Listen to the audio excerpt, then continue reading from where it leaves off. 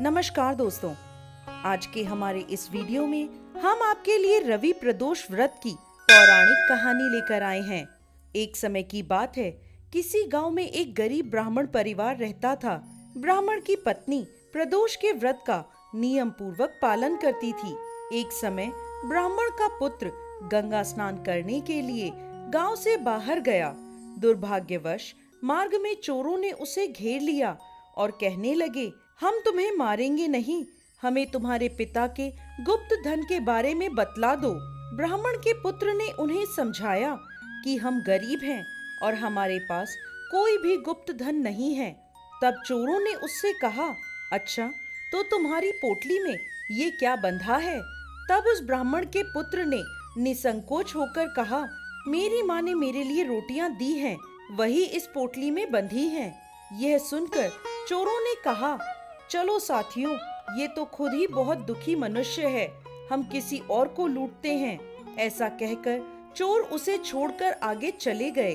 तब वह ब्राह्मण का पुत्र वहां से आगे चला और एक नगर में पहुंचा।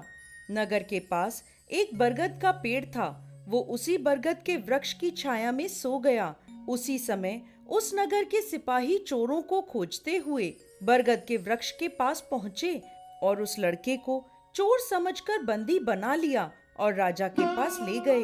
राजा ने उसे कारागृह में बंद करने का आदेश दे दिया।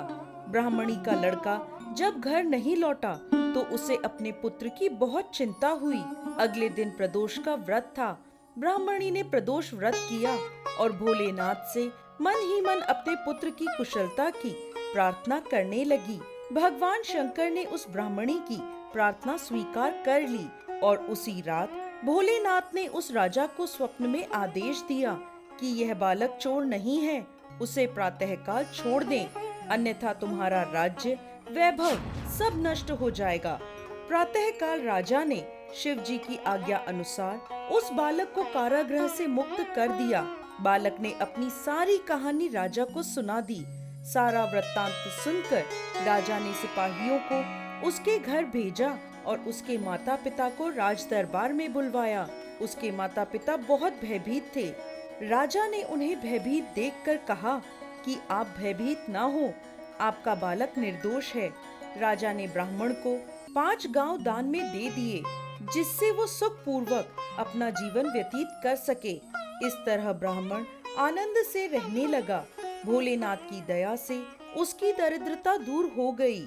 जो भी मनुष्य रवि प्रदोष व्रत को करते हैं, वह सुख पूर्वक और निरोगी होकर अपना पूर्ण जीवन व्यतीत करते हैं।